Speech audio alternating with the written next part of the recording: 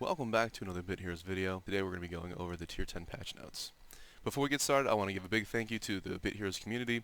We had a massively successful stream yesterday, all day, a ton of people coming in, and I'd like to give a specific thank you to all the developers that joined the channel in Twitch and were able to chat with all the players and clarify any of the patch notes.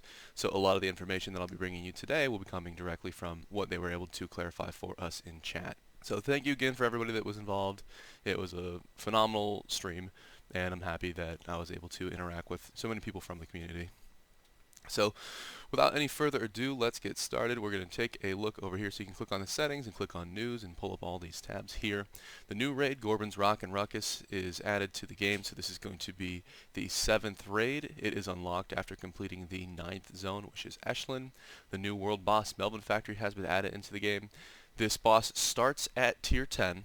It is unlocked after completing that 9th zone. We're no longer going to see Orlag or Netherworld be featured after tier 9. So they are going to stop at tier 9, and at tier 10 your only option is going to be the world boss. In Orlag you are able to bring a party of 5, in Netherworld you're able to bring a party of 3, but in this boss you'll be able to bring a party of 4. New zone, Eshlyn, is going to be unlocked after completing the 8th zone, Galaran. In this zone you're going to see familiars from all of the previous zones featured. The developers said they wanted an option for players to be able to try to persuade older familiars without necessarily having to dive back into older content. And that's why we're going to be seeing these guys again. In the first flag, you'll see familiars from the first zone. In the second flag, you'll see familiars from the second zone, and so on. And the dungeons also follow a similar pattern. So a new feature, which is going to be in the second video after this, is Augments. This is a way to improve and itemize your familiars and customize them. Here you see the 4 various pieces.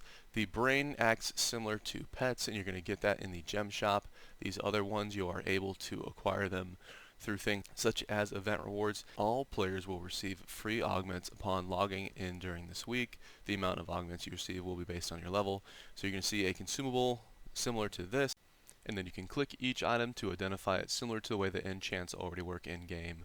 Keep in mind that if you go into your exchange tab, you want to turn off augments so that you do not accidentally exchange any of these for materials if you do not wish to do so. New PvP and trials are now available. Here we can take a look at the PvP rewards for this week. This is the new material that we'll be using to craft the augments for your familiars, and also we can see the new legendary tier 10 material that we'll be using to upgrade your character's gear. Taking a look at this week's trials event, you're going to be rewarded with one of the augments as well as more materials. Keep in mind, in the next video I'll be going in depth on all of the different augments, so make sure that you're subscribed and you have your notifications turned on so that you're alerted when that video becomes available.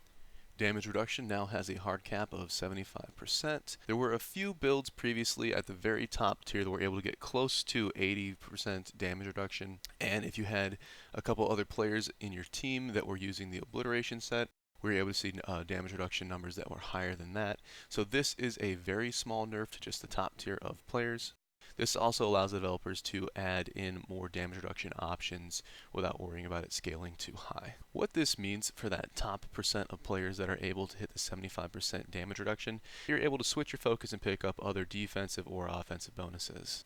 All +% damage bonuses will now correctly calculate together against damage reduction and affect pet procs. What this refers to is that previously bonus damage would ignore damage reduction, so this appears that that is no longer the case, and now bonus damage will also increase the amount on your pet proc. All +% healing bonuses will now calculate alongside % damage bonuses and also affect pet procs.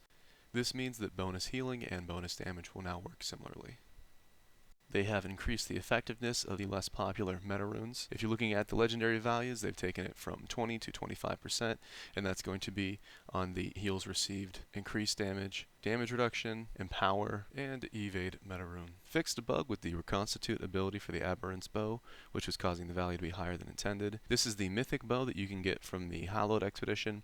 The number 3 skill is a shielding skill that was doing more than intended. Enrage cap has been increased from 10 to 25% of your total health. So the way that enrage works is upon receiving damage, you can save some of that damage up to be used later on your own attacks. Previously, the way the math worked is if you had 1,000 stamina, you could hold 1,000 damage. Now, if you have 1,000 stamina, you'll be able to hold 2,500 enrage damage.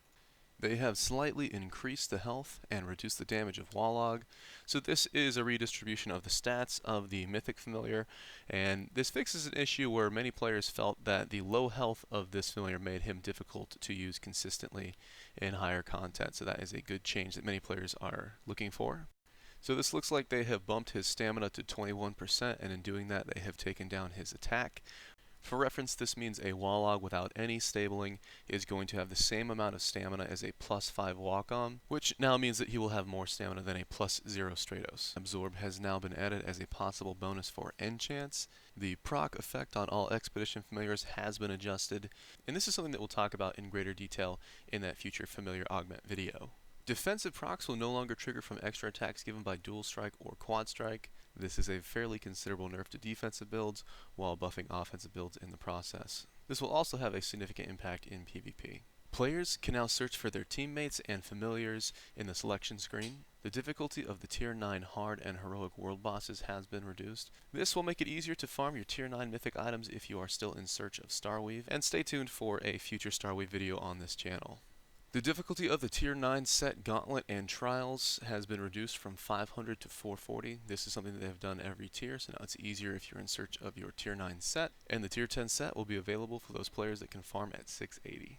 Maximum amount of enchants and mounts that can be held in the player inventory has been increased to 100. The point cap in PvP battles has been removed. This is a massive change. This means that players are now going to be more rewarded for choosing more difficult battles at higher total stats. This reward is in the form of rank points, and it is unclear as of yet if they have actually increased the amount of PvP coins that are awarded. They have increased the number of PvP enemy options when using multiple tickets. They have increased the spread of opponents found by total stats in PvP, and half of the PvP enemy options will now be intentionally weaker enemies. Keep in mind that the higher total stats of your opponent will give you a bigger reward in terms of rank points. Every 50 turns in PvP will activate a sudden death mode, increasing damage dealt by 20%. This is a mechanic to keep PvP and GVG battles short and concise. Bear in mind that these PvP changes are not final, and we will continue to see adjustments in the future. And make sure that you notice this week's PvP event, which is a shorter event lasting only 3 days total, which will be 2 days from the time that this video is posted. This is something that they have done in the past, and it's possible that this could be part of their testing. So that'll do it for this video. I appreciate you guys for watching. Stay tuned for more and make sure that you are subscribed so that you're going to be notified when the next video goes live. Next up is the new familiar and augment system, as well as some of the new zones. And finally, we'll talk about all of the new familiars, gear, and builds that you'll be seeing in Tier 10. So as always, I appreciate you guys for watching, and I will see you in the next video.